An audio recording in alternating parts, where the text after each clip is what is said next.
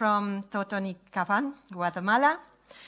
She's a land protector and storyteller, and for more than 20 years, Andrea has been working in community communication processes to care for the life and territories of indigenous peoples.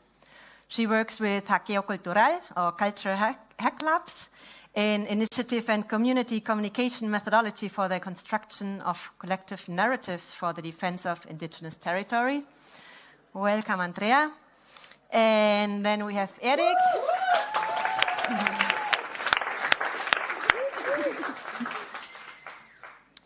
Erik Klarenbeek is the founder of Klarenbeek and Troos, designers of the unusual, and Virwar, what translates to wheatware, with a focus on eco-technology, circular design, and closed-cycle production. And the work of his design studio is known for their pioneering and innovative projects on mycelium and algae. And Virwar is the first company in the Netherlands that develops algae-based biopolymers since 2015 already, and has built a closed-cycle carbon production chain. Welcome, the two of you. Thank you.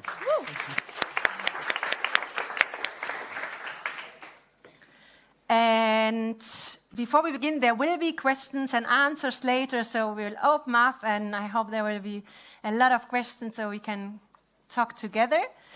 I just briefly give a note to that direction that I don't see the time, so please remind me when the 45 minutes are approaching. I don't know who. Yeah? Okay. Yeah, for a bit of framing. Datafication has massive impacts on our planet in terms of all life.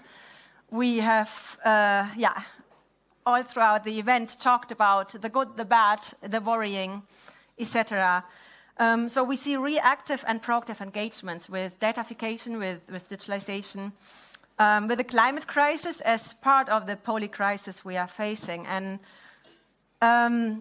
one thing to maybe start with is that planetary justice, it's not a product, right? So it cannot be approached like in an industry fashion or in a linear, causal way. Where was I now? But we're tackling, not tackling a static situation, but a constantly moving complexity. And that's what we want to unravel here. No? So what we commonly do is to try and tackle complexity through separation. So we put things or make things supposedly controllable by packing them into parts, into chunks, no? To be controllable. But I think it's fundamentally necessary to comprehend, to achieve a systems change and to embody an ecological understanding and enactment, so that systemic scope, basically, we need to come out of separation. So that's the essential task we have. And so the question is, how do we come into this, right? How do we come into this with our individual lives, our organizations, our companies, our governments, wherever we want to take this conversation? So coming out of separation takes us also out of this reactive spectrum, no, of steering individual, collective, and all life well-being, basically, and coming together in it. And Andrea, in one talk I saw when preparing, you said something so straightforward, which really, I think, comprehends to that. It's like, todo lo que hacemos a la tierra, a los bosques, lo hacemos a nos mismos, no? Everything we do to our land, to our forests, etc., we are doing to ourselves. And this is the essence of all at the end. So my first question would be, what would you say are the fundamental needs or actions to get out of this separation? Well, it's a good question. So hello, everybody. Sakarro no hailalak. Arenubiin Andreis Chu. Imbetikla lechu mekenha. So that's part of what I think about when we talk about the necessity of break separation. It needs shift away from Western culture, because it's a monoculture that has infected the world with this virus that is a driven entity moved by greed and destruction. And this culture the Western monoculture that puts money at the center of its core system is an algorithm that it's programmed to basically make us believe that we can grow infinitely the economics in the planet. And it's an algorithm that also made us think that we own land, that we are owners, that we are private owners of planet, of water, or frequencies. And also what it's important to think on is to be very critical of the outcomes of the current systems that we are still reproducing. Because I have like a lot of questions for people here in this room. One of them, it's like, was worth destroying our planet so a few billionaires can play with their spaceships? It's a question. Does it work sustaining this lifestyle that it's now renewable and green with ecocide and genocide in other territories? And that's what I meant with moving away from this Western culture, because there are cultures that are mainly responsible for the ecological breakdown that we are facing. And the thing is here that there are not critical spaces to approach and ask collectively those questions and start creating collectively the solutions. And I think part of how can we move away from separation, it's also assuming the responsibility that comes to being asking ourselves these questions and doing the work that we need to do to see ourselves not separated from land. Changing narratives for me has become a tool for working on, creating these bridges that can remind us that we are part of earth and land, because the narratives are the systems that drive us to give sense and meaning to the world we live in. And when we come from this cultural system that places the individual human self at the center and move away nature and all the ecosystems at the other, we created a culture when we see nature as a resource. And for other ontologies, for indigenous ways of living and existing, we do not see ourselves as separated from land and nature. That's why when we talk about the violence that is being caused by colonial extractivism for more than 500 years ago, and that now is manifesting again in our territories with the green colonialism by the so-called climate solutions and by the settler colonial behavior that we're seeing again in Palestine, we as indigenous communities can relate with that violence, because it's a way that this very same algorithm and this very same virus is reproducing itself, and it's not allowing other ways of living and existing flourish. So I think it's very important to think on the way of hacking that Western monoculture and allow other narratives to flourish, other ways of understanding our relationship with land and territories. Thanks so much. Absolutely.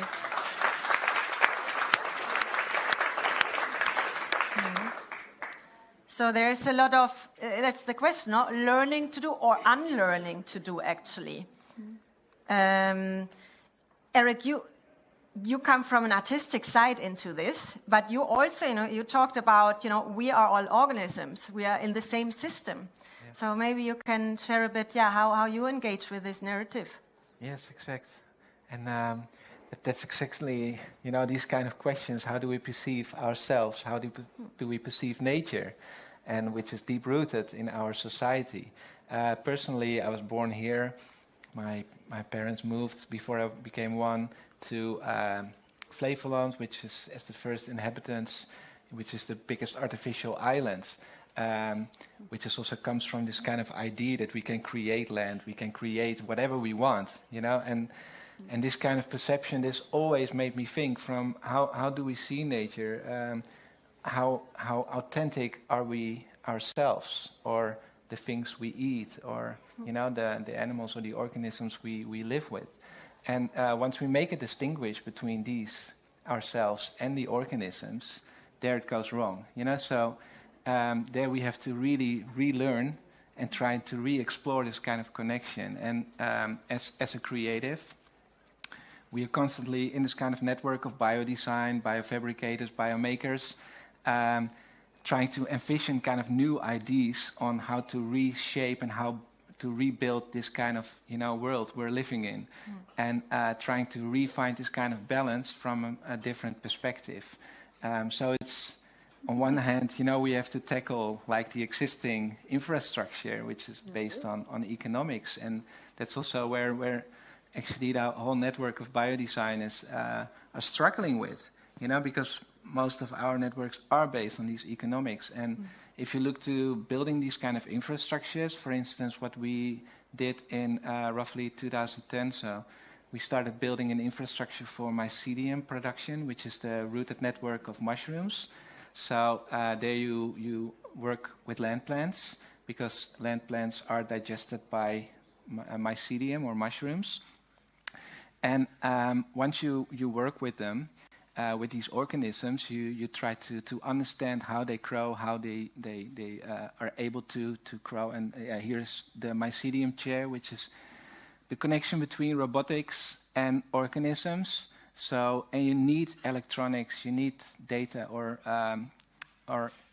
that can supply growth. So we're constantly monitoring growth and trying to. So at this moment, actually, in our studio, which is not far from here, these chairs are growing, being controlled by all kinds of sensors, interacting with organisms, and that can facilitate in these kind of new models. And we as makers, we have a line of 3D printers and robots that work with us in order to explore this kind of new way of making through nature.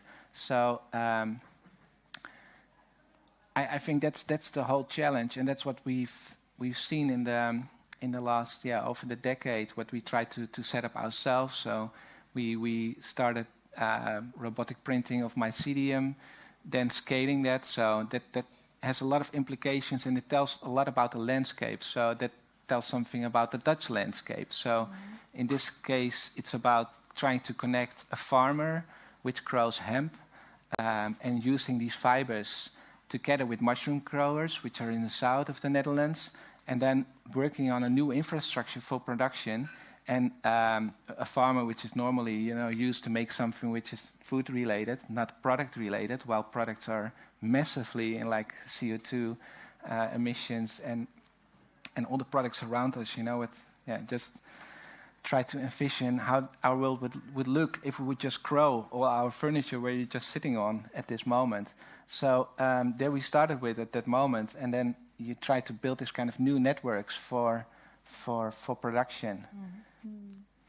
And I think therefore it's interesting to have a kind of parallel infrastructure for production. So besides this kind of existing economic networks, we're trying to set up these kind of new networks and connect different players, which are normally not in this field. But that's now arising, So you see these kind of mycelium companies, arising all over the planet. So I think that's very helpful that we try to explore this kind of new connection. And it's the same what we do with algae and seaweed. So from mycelium, where we started in 2010 with, which is based on land plants. So it tells about the landscape. We shifted towards algae and seaweed, which is an organic organism which grows in sea. So you need salt water instead of sweet water, and that facilitates in a whole new infrastructure again. So then we started to build this infrastructure for cultivation of algae, which also starts in a lab, same as the mycelium starts in a petri dish. The algae also starts in a petri dish from a native species. We grow it. We have a laboratory which cultivates the embryos, and then they're settled out in sea. They bind and absorb tons of CO2, and then we have a lot of biomass in order to make things, which are also then decentralized, fabricated. So it's all about using this kind of new way of making, using 3D printers, using the internet, in order to facilitate also local infrastructures, local needs, for local societies, and so it's a very social approach. That's why it's also social design. But in that sense, it facilitates very local needs, and therefore you have very decentralized infrastructures instead of these kind of top-down massive infrastructures we're now coping with. And that's the complexity, and that's something where we have to find and need creative people for in order to envision this kind of new infrastructures and to set us up and work on these kind of parallel ways of fabricating, basically.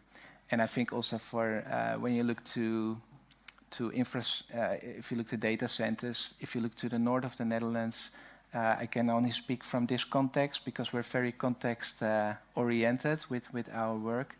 But there you see also like the massive, impact on the landscape of these kind of energy-consuming data centers, which are exploding due to also AI and the energy need involved. So that's massive, and therefore, we need to find kind of other relationships. If we connect them with organisms, we can cool it differently, much smarter.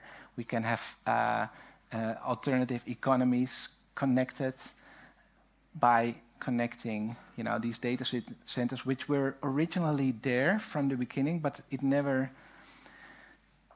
got shape. It never arrived. So all the greenhouses, they're not connected to the rest heat, for instance, of the data centers. The houses are not connected to the rest heat of the data centers. While there's a lot of potential, and that's very technocratic, very simple idea still. But we like to envision that much more beyond, like how can we think further? How can we make other bridges? How can we connect organisms of different ways and deal with it smarter? Many things you're touching, touching up on. So let me throw it out. Because I'm like, ooh. Maybe it raises questions. No, yeah, I mean, you tap into so many very important aspects. Now, one is basically that of hyper-local production, which then raises the question if that also can contribute to, besides its means in itself, to helping to reconnect people to the actual land, to what they actually have around them, not to the materials that we have without extractive practices. And that directly relates to place-based and contextuality focus, no? That we often lose, actually. And you also tapped into, with this, the aspect of maker cultures, no? So not new, but newly, there's new tension, let's say, no? On the maker culture and what role those local productions and collectives can actually play, no, in all of this. But you also refer to the data center topic, and we can just pass over that because I know this is also a really important point for you, Andrea, right? And also in the Netherlands, so we talked about this. You just got rid of one. Now we are dealing with this in the most drought-prone region of Spain. So how do we deal with this, and solidarity in this, and how do we get into this? And for you, Andrea, in your context, this actually is a very important thing where you're actually working on. So maybe you want to jump in here. Yeah, about the material layers of all the data infrastructure and all the extractive behavior that comes, like not just around the data mining, but also the installation of data clouds that are basically computers. They're being installed without the concept of indigenous communities and territories like Mexico or Central America. And now we're seeing how big tech is approaching themselves in our territories in the same way that the extractive mining companies are behaving. And they're offering new jobs and they're offering alternatives, but they're just reproducing the same violence. But now it's techie. So I think what it's important to think on the necessity of addressing these issues is to reframe what we meant by technology. Because this bad nightmare that we call modernity only has 200 years.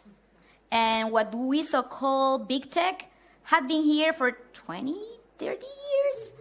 So can we imagine and we refer to these technologies as something else? Because those are, again, extractive behaviors that have plundered the earth and that have extracted everything they could in a very small amount of time. And that doesn't mean that they are the only ways that we can relate to technology and to cultural diversity and to land. And for us as indigenous communities, technologies are ancient knowledge. So take, for example, the milpa system. The milpa system is the maize culture from I was born. I was supposed to bring a book that it's the ancient Mayan book of the way we see how the universe started. And it's called Popol Vuh, which is the word of my ancestors. And for us, the maize is a polyculture, not a monoculture, that was born in the Mesoamerican region. And it's one of the most important ancestral technologies that the Mayan communities gave to the world. And the maize system is now the technology that is feeding the majority of peoples around the world. So that's a technology that put lives and diversity at the center. So it's through this technology that indigenous communities have learned the cycles of the earth, of the water, of the wind. And we, every year with the Milpa cycle, relearn our relation with land, with water, with fire. And we conservate those ancestral knowledges through our spiritual practices. Every time that we as a Mayan community prepare for the time of the maize seeding, we do a ceremony. And in every Mayan ceremony, you will listen to our elders to thank the sun, the land, the water, the seeds, the heart of the sky, we call it, the Ukushkach, the heart of the land, the Ukushuleu, because we do think our planet as a living system, not as a resource. So for me, that's why it is important to start reframing our relationship and what do we call technology. And also to acknowledge that there are ancient technologies that needs to be respected and also worked and honored with. So we can attend to those broken relationships by changing the narrative of technology, to be humble and to understand that these spaces of working with codes and programming and computers are just one part of the interpretative structures that frame our experience in the world. So we need to decouple capitalism and colonialism from the technology infrastructure, as he's trying to do. Because that's the future that we want to build. Technologies are important and are needed to sustain and to bring the infrastructure we need. But let's move them away from the greedy virus that is just plundering the earth, please.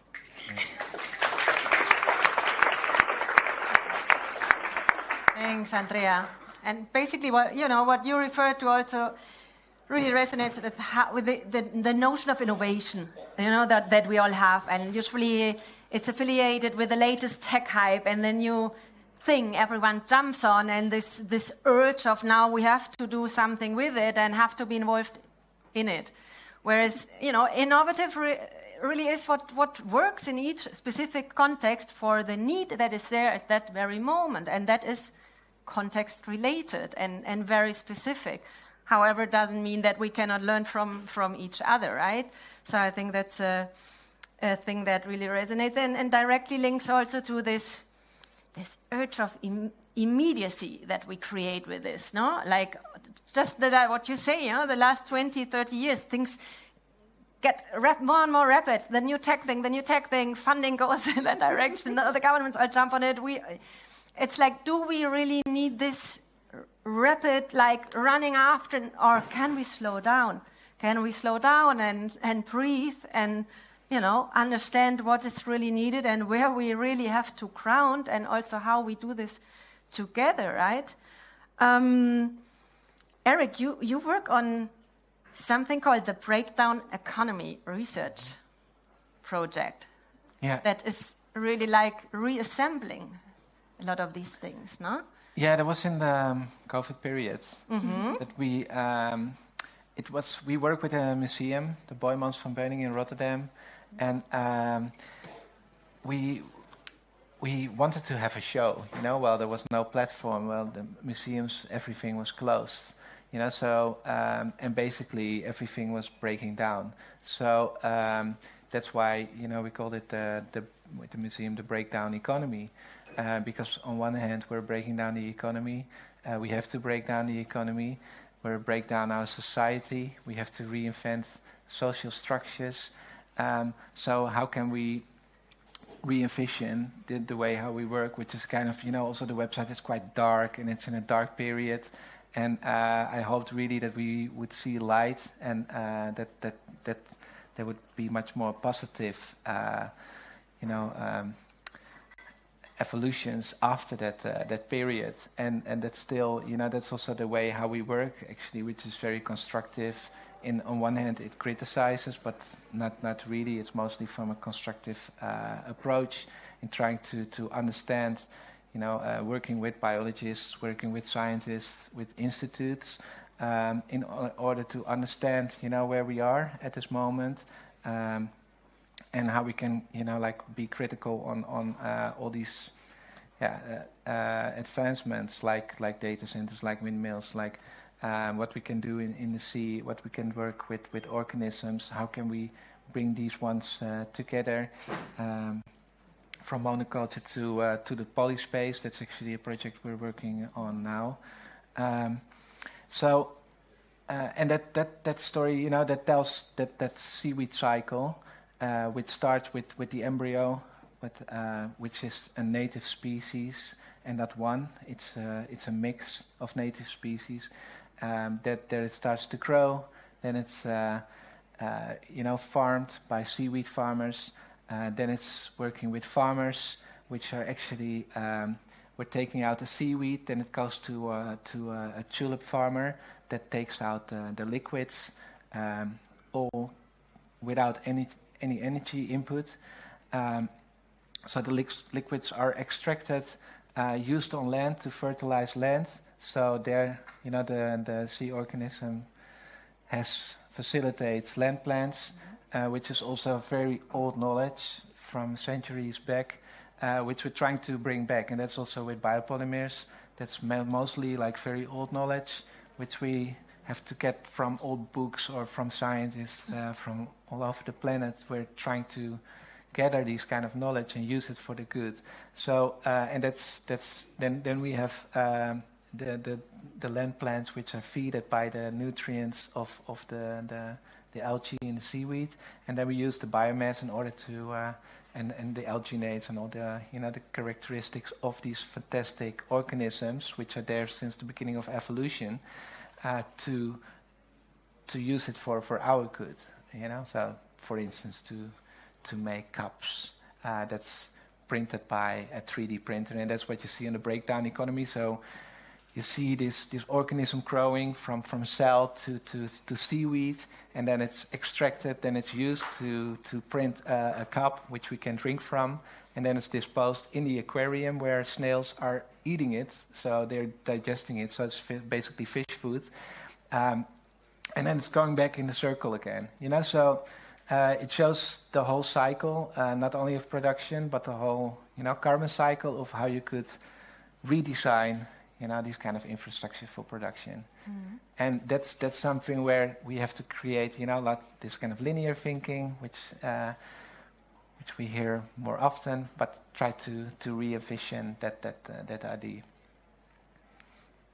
Nice. Yeah, so demonstrating the entire cycle and also the time it actually takes. No? And maybe it's long. Yeah. But not actually. It's the fastest growing organism. So also, when you work with mycelium, for instance, you can have a packaging product in normally it takes a week to grow it, like super fast. But for the traditional industry, it's relatively long. But the infrastructure is there because we're feeding people with mushrooms all over the planet, and it's also an existing network. So it's proven that it can work, and it's vertical agriculture. So it has many characteristics which are nice, and when you would combine that, for instance, with algae, with cooling data centers, or use it smart, binding the CO2 from mycelium into organisms like algae, there's so much potential in order to reconnect these kind of dots and trying to re-envision these kind of new infrastructures, and that's what we're trying to do, and that's why we work with these kind of different partners, from seaweed farmers to laboratories to scientists to farmers. Interesting. Yeah, it's this looking at being open to listening to the cycles, processes as they naturally are. I mean, in permaculture, it's the same, right? Like, you need time. Like, before you actually engage with land, you take minimum 1 year, so all seasons, to observe, not to do anything, but you're an observer. So how does the wind affect the land? What grows together naturally? How does the water move, etc.? No? So there is no rapid intervention possible. So sticking a bit with this issue of immediacy and how we can actually get out of this, because only by slowing down we really get to learn to engage by listening. Like deep listening is deep engagement, actually. So getting into deep collaboration. Andrea, like how would you see this? Like what do we need? Oh, well, everything is also around autonomy, because even that the planet and ourselves are interdependent, every community needs to lead and create its solution, and it needs to be in an autonomous way. And also, I think it's very important that we question ourselves these spaces of the lack of autonomy that we are facing right now, because how is that we agreed, for example, that the corporations are the stewards of our stories, or also the stewards of our data rights, right? And when we talk about the necessity of recovering our autonomy, is the question of how much responsibility we're able to get. It's a question about responsibility. And responsibility is completely equivalent to privileges that we have. And this is very important to be named, because as people that work for communications, that we are storytellers, that we work with data, with coding, with 3D printing, like, what is the responsibility that we are holding around the necessity of changing these algorithms? And how much responsibility we are ready to assume? Because that's also very important. The work of stewarding the land right now in planet is in a very few hands. Like the 80% of the remaining biodiversity, and it has been said all over, it's in the hands of indigenous peoples. But we indigenous peoples are only 6% of the world's population. But we are stewarding and protecting where all the biodiversity is. And there are no more people willing to hold that responsibility too. So the thing is also around that. It needs to be this awakening call of honoring that responsibility that needs to take care of the house that we live in.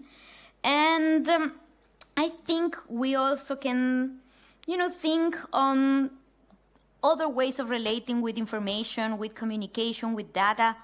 We in Culture Hack Labs are trying to transition to a process of data commoning, or creating these collective ways of sharing information, of holding it, of stewarding, of thinking ourselves these cycles that can allow to grow organization, to grow networks, also as a rhythm of responsibility, but also of trust, and also to honor those slowing down processes to grow in a sustainable way.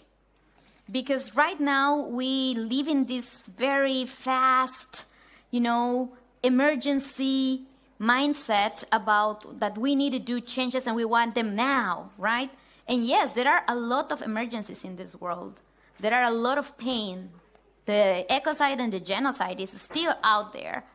But how can we heal together ourselves with land and planet? Because our healing and our slowing down needs to be also in relation with those cycle nature processes. So I think thinking on reconnecting with those cycles can be a way of not calling slow it down, but honoring other cycles, other relations with time that are important. And for indigenous communities, the time, it's a cyclic cycle. Cyclic, it's not a linear way of telling a story. So for us, the end of the world had happened before. We have been, for 500 years, facing colonialism, extractivism, ecocide, and genocide. But we're still here, right? So we need to think on that nature and planet resilience and learn from planet. Every time we hit the land to plant a seed, we're causing it damage, but the land is so generous that every time that you hurt her and open a hole in her, she gives back flowers. She gives back trees. She gives back life. So let's honor that knowledge of land. Thanks, Andrea.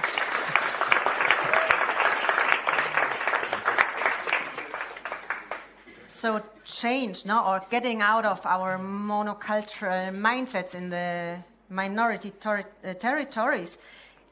Change it essentially means changing relations, no? And I think changing relations is really like also changing the comprehension of what we mean with communication, and shift to communication as relating, communication as dialogue, as like deep engagement, no?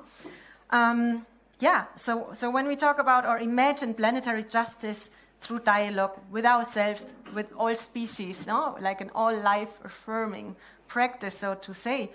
How does communication come in there? And we have like your perspective as a storyteller, but also yours as an artist, and arts is a form of communication, no? So it would be interesting to hear these two. Yeah. Actually, our initial idea with these kind of bridging organisms and technologies was in order to create impact. So how do you create impact? One is by scaling technologies, or but that's maybe the more traditional view.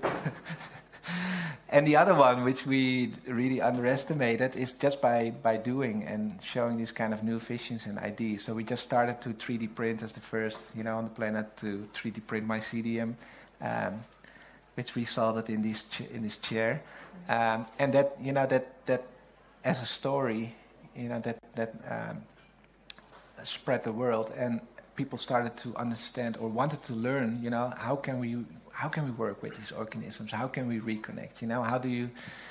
How do you start mastering that? And then luckily there are a lot of enthusiasts and a lot of people who have a lot of knowledge, which is accessible through the internet, and that's also how we had the ability to build our own clean rooms, to have our particle measurers for almost nothing, while before these kind of technologies were inaccessible. So these kind of technologies are suddenly within reach and can be very helpful and very constructive.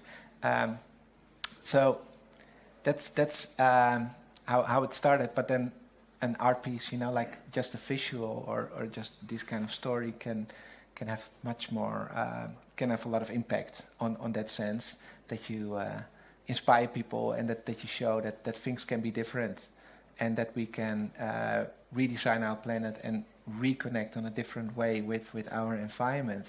And that's something which I see all over, that we run in the same rabbit hole, that we forget about thinking from ground up, from what do we want, like where do we start, and then really something which is natural for a creative as a designer. When you have a bench or a chair, you start thinking from what is a chair, what is a bench, what is our environment, and you really start from the ground up. And that kind of visions, that kind of new way of brainstorming, I think that's much more needed in our environment, and much more creative people are needed in order to tackle or to show these kind of new visions for the future. Thank you. Yeah. Storytelling as a means to change relations. Yes, and it's deeply related, and well, that's why we started, and also like here's Eliza, where very long time ago we started to have conversations between journalists and data scientists and linguists and activists and land defenders about the impact of narratives in the world and how it is important to change culture through communication and narrative work. Because narratives are these interpretative social structures, as I said, that frame our experiences and help us to make sense of the reality that we live in. So when we change a narrative, we can change a system. And what does that mean in these times of systems collapse? What does that mean in the midst of this very profound crisis that we're facing? And how culture is full of concepts which define our reality, and it's carrying narratives. So it's very important that we as storytellers and the people that are telling stories, and not just through journalism and filmmaking, but also all the ways that we communicate, are aware of the responsibility that we have in spreading the dominant Western culture, and how important it is to move away only from those narratives that are still centering this very anthropocentric view of the world, and that we open up the imagination and the diversity for other languages. So I think that it's very important to honor that because, for example, UNESCO recently shared that there are more than 6,500 indigenous languages. What does that mean? That there is 650,000 ways of thinking in the world we live in.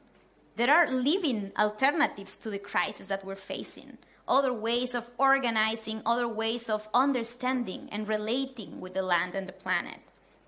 So thinking on the cultural constructs that are carried through narratives, we need to actually thought these narratives can provide justification and basis for the actions in the world. And that's why every time we tell a story, we need to hold the responsibility of the culture that we're reproducing with it.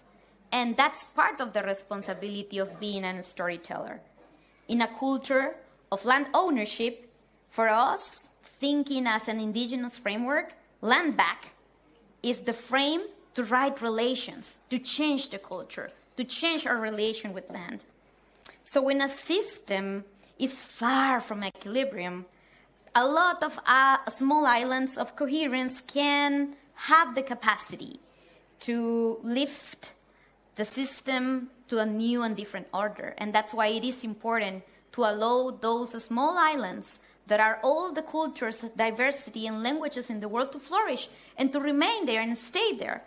That's why the 80% of the remaining biodiversity is still there, because, and it's proven, there are other ways of relating to the land that doesn't need to destroy the house they're living.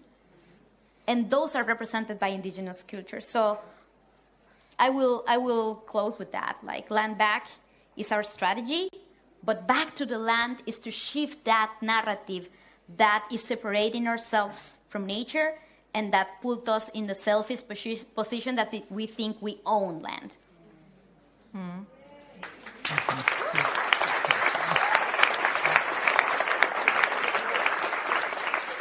Yeah, thanks for closing exactly with this ownership aspect now, because this is the major shift of how do we actually relate to what we have around us. And also here in Europe, in this immediacy, you know, how do we relate to land? We lost most of this, but how do we get back there? And how actually listening to all the wisdom and knowledge that there is in the world through these relations, how can we get back into this relation, basically, you know? Fixing our relationships with ourselves, with nature, is the work to do.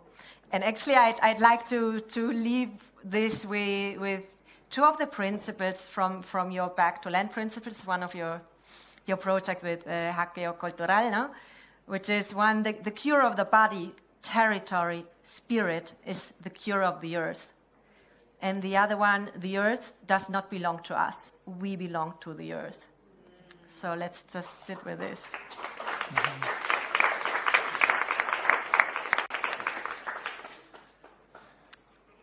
I'd say we open up the circle and go for questions. Wow, this is a first. Anybody? Hiya. Thank you very much for that conversation. I really enjoyed that. I wonder if you have some thoughts on kind of the origins of what you talk about, this kind of separation between people and the earth. I think many people trace that back to the Bible in Genesis, where kind of it is said that man should dominate and subdue the earth. So how do you look at that? It seems that the roots are a bit deeper than just capitalism. Yeah, that's a very good question. Well, there are other narratives that were actually the ones that were the foundation of the lawmaking, that was actually the institutions that permitted that separation and that idea of land ownership. And they were born in London by John Locke. So this idea that every time you put your work on the earth, you're putting your value over it, so that's why you own it. That was the very, very, very first principle of the creation of private property as we know it. And the problem was that at the same time, the people in England that was owning the land was the one that was a slave trader. So they wasn't even doing the work on the land. They were putting enslaved people to do the work on the land, and because they owned the slaves, they owned the land. So that whole way of constructing the story of land ownership is embedded with genocide and ecocide at the same time. And those are the narratives that we really need to look very critically, because those are the legal corpuses that are still sustaining the constitutions, the legislation, the civil rights that are putting in the center the private property of a commonwealth. So I think that it's part of what we need to think on. And of course, in every tradition, in every culture, every community has tried to create sense and try to create a story of their relation with land. For us, the Maya Quiches, we still have our collective land ownership. And we call it land ownership because it's the way that we can translate into the Western world this idea that we can collectively coexist in a territory. So this necessity of thinking on those legal frames and how and what are the narratives that are sustaining are very important.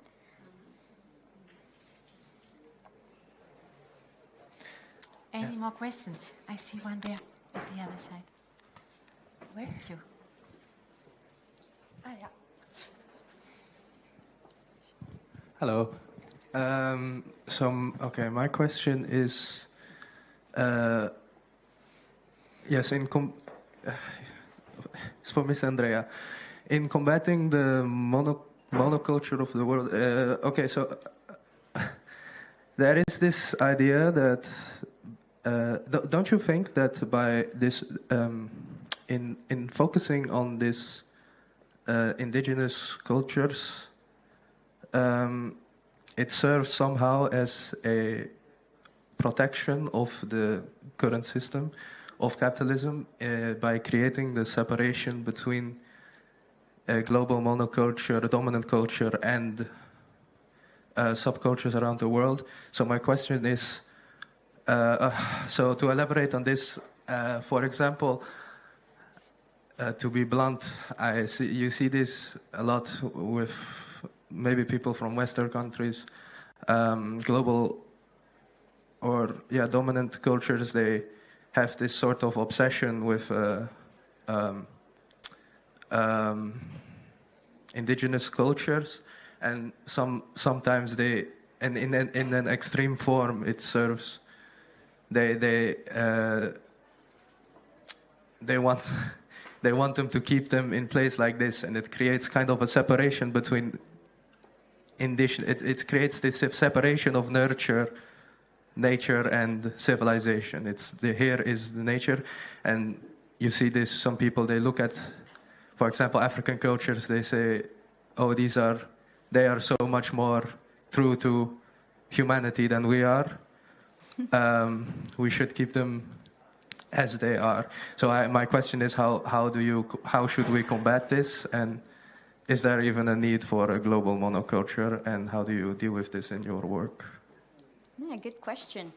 I think it's very important to be aware that indigeneity, or indigenous as a term, it's a big homogenization of the biggest bioculture of the world. Like, I have an ancestry that comes from Mayan communities in highlands Guatemala, but I am quite different from culture and ways of existing and relating with territory that a Sami girl in Norway. And she is indigenous on her territory and her land. But the indigenous, it's a political construct that helps us to tell a story about ourselves and the relation with the land that we have previous colonization processes. So that means we were here before the colonial enclosure of the land started, and also before nation states were born. So it's not an ethnical, cultural purity category. It's political stance in front of who you're speaking with. So what it's important is to recognize that complexity, because indigenous doesn't mean that everybody from indigenous cultures are the same, or think the same, or behave the same. But we have a lot of things in common. We have dealt with the colonization process, and we had succeeded to survive, and survived with our ways of being, or ways of knowing and relating with territory, land, and also not only territories, the territories like the islands, and especially the communities now that are facing all the effects of the climate crisis that are about to disappear from planet because of all these behaviors. So what I think it's important to acknowledge is that what we are doing is defending land, defending territories, but also the possibility of diversity to flourish. Because what I do refer about monoculture is this 200-year story of imposing one single law, one single language, one single way of relating as the only legal frame that allows you to exist in a territory.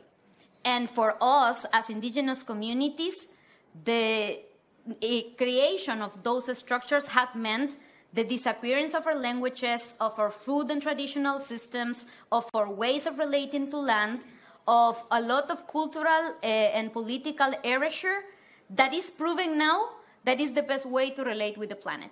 So I think I get like the point to what you're saying, but I think when we talk about the defense from an indigenous perspective is to like confront that structural inequalities that had come with colonialism and 500 years of violence against land and the people that was before. So I'm not sure if I answered that. Figures out. We are also out of time, so I don't think we have time for another question. Besides, I guess, do we? A little one? Last chance. Here we go. You can count on me to ask a question. Thank you both so much. I guess a quick follow-up to that, which is I was born in Cameroon. My parents still live on the African continent, but I think I'm a product of this separation from land. And I wonder what it looks like to find my way back to it without being culturally appropriative, right? Without, like, what does it look like for those of us who live in Amsterdam or come from other cities where we are part both of the colonial story, or myself as as I've just described, that proximity to colonial power, that separation from a history and and a knowledge that resides in our bodies. How do we find our way back to that when many of us probably identify more with technology, as this conference has been talking about it, rather than ancient technologies? Like, what does that journey for each of us look like without appropriating something that actually we should partner with rather than try and become? Good question. Well, actually, part of changing the relationship is honoring that territory and learn to be in relation with it. And it's also part of the ancient traditions are sharing that, acknowledge that we're part of a very big fabric that is our planet, and relearn our position in the world. And I completely understand on the notion of the appropriation of ancestral knowledge that even the big corporations have done for medicines and for a lot of other knowledges that are there. But I think what it's important, it's not just to think in a binary mindset of I am this or that. Like, we are complex, and a lot of stories lives and embodied ourselves. As an indigenous woman that I came and I carry the ancestorship of my Mayan community, I am also living in this world. I have learned to speak in English. I have learned to code. I have learned the contemporary technologies that inform me and allow me to move. So what are those learnings from the indigenous communities that you can find to guide you? Not in a way that you are appropriating and also trademarking and copywriting the indigenous knowledge, but in a way that can orientate your life. So that's why for us, the Mayan spirituality is not a copyright thing. It is open knowledge, and everybody is always welcome to come into a ceremony, but it's to honor the things that sustain us: land, water, earth, wind, fire, like everything that is allowing us to exist in the planet. So I think that might be one way of approaching in a respectful way. Thank you so much.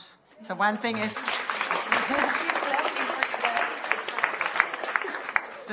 one thing is practices, no? And one thing are the ethics underlying it and embracing those, actually, I think.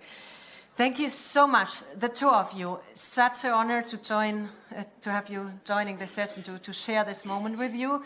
Thanks for everyone listening and spending this time with us. Thanks to the production team. At 5 o'clock, there is this still the case, the Data Futures Lab showcase here. Yes. So come back to another interactive session and enjoy the rest of the event. Thanks, everyone. Thank you.